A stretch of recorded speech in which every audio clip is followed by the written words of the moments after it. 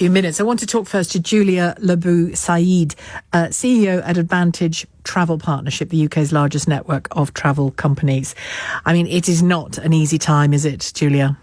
It's a really tough time, Sheila, and to be honest, some of this is even tougher now than it almost was when we were going through the pandemic with all the restrictions and changes that we were dealing with.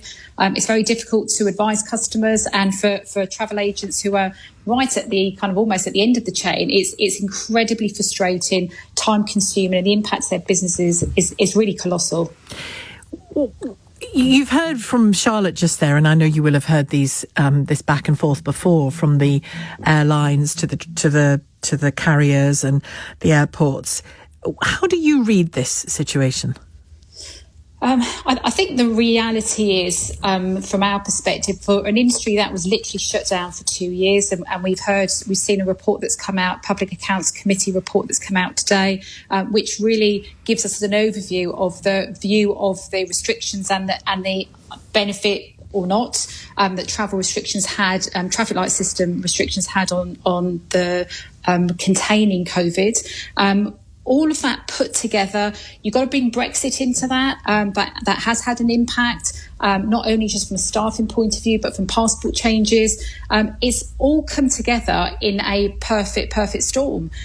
So I think what isn't great, and I don't really think it helps anybody, is the blame game. And obviously John Holland was quite easy to blame airlines today and baggage handlers. Well, the whole sector has been impacted, and it doesn't matter what part of the chain you're at, but it's had a huge impact right across the system. And you've got to wonder how long that will, the impact of that will sort of filter down through the next few years, because clearly there will be people who want to travel come what may and will give it a go, whatever comes. Yeah. And there will be people who will have already given up on the idea completely and decide to stay here and drive to the beach here, or, book an Airbnb somewhere in the UK.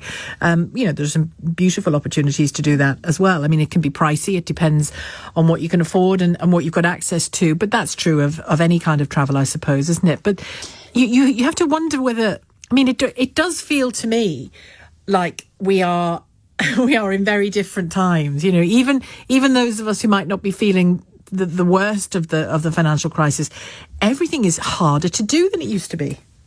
Everything is difficult, and travel is no different either. Travel in itself is different now, but also it is, it can be very stressful. I think it's also worth putting into some context now. Most people will be able to travel on the flights they've booked. Of course, that doesn't help anybody that's caught up with a flight delay or cancellation. And on that, it is worth remembering that, and I heard Charlotte's piece there, it's also worth remembering how you book and what you book determines what support you get in the event of flight changes and cancellations. So whether it's a package holiday or flight only, if you booked it through an agent, if you booked it direct, all of these things, unfortunately, add to the complication of what happens when something goes wrong and what help is available. It has improved. We've definitely seen congestion easing. I've been travelling. I travelled back last week from Turkey, and it was seamless, no delays, no issues whatsoever. So people are able to get away. But of course, at certain times, like we saw at Dover at the weekend, there are bottlenecks. And to your points, yes, everything just sometimes seems very challenging. Yeah, and it will be, and that the point about people with disabilities, travelling when you have a substantial, a significant disability, requires a great deal of forward planning often, doesn't it? And if you've got people who aren't disabled trying to game that system, well, shame on them. Absolutely. It's despicable, isn't it? Absolutely. We should be protecting the vulnerable, supporting those with mobility issues, and the airports and airlines are in kind of normal times are really geared up to be able to support that. But when you have abuse of the system, it's clearly going to put a huge amount of pressure on those that desperately need it, which is completely unfair and so wrong. Thanks very much for talking to me, Julia Bue-Said, CEO at Advantage Travel Partnership, the UK's largest network of travel companies. Thanks again.